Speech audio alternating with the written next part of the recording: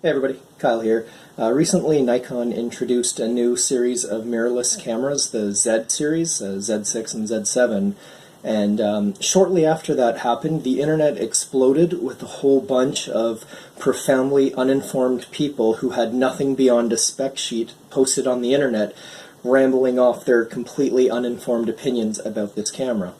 I thought that was a bandwagon I have to jump on as well, so I'm going to talk about my first impression of the Nikon Z series cameras. I'm a current Nikon D600 user, and I've been very happy with this camera. The image quality is still spectacular. It's, I think, 6 years old at this point, but the images keep up with anything brand new, so I got no complaints in that area. There is, however, one area where I feel my D600 did let me down. Oh, okay, well then I guess two areas. Last year I was on a trip through Iceland going and doing a lot of walking and a lot of hiking. And this camera is fairly heavy, so weight was an issue.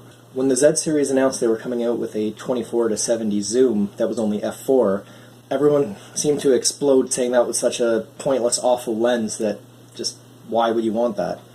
This is my 28-80 Nikon 2.8. Fantastic lens at f5.6. Anything more open than that is just really soft. So I never use it that way, but I'm still having to pay for the bigger glass and carry around all that bigger glass and extra stuff. I'm never shooting faster than f5.6 anyway, so that f4 zoom would give me one more stop of light, and based on those MTF charts, if reality holds up to theory, which it never does, that'll be pretty damn impressive. I'm not even going to address the card slot because honestly, who cares at this point? It's XQD. That's not a cheap SD card that you've left in your pocket and went through the washing machine a few times and now it suddenly broke on you and you're wondering why.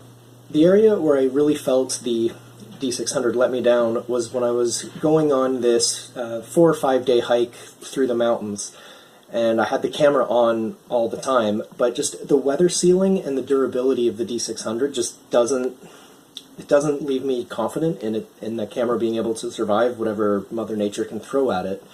So I kept it inside a camera case that was swinging around my neck, and that kills your back, and it was just way too heavy.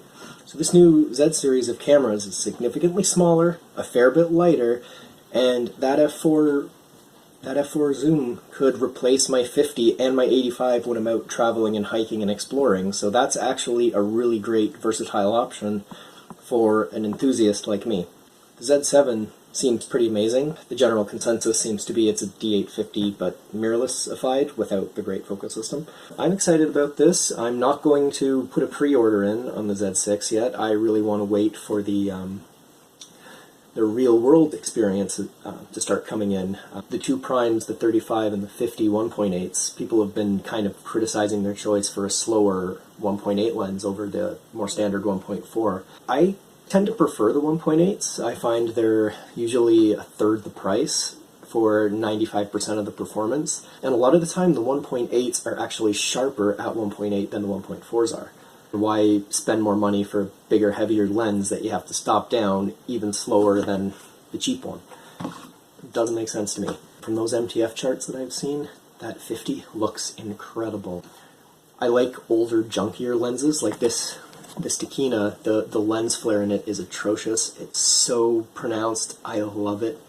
But there are times when you want that cold, clean, technical perfection, and the new lenses really give you that. I don't know, they just have that clean crispness to them. But, yeah, so those are my uninformed, rambling opinions said by someone who's never actually held one of these cameras.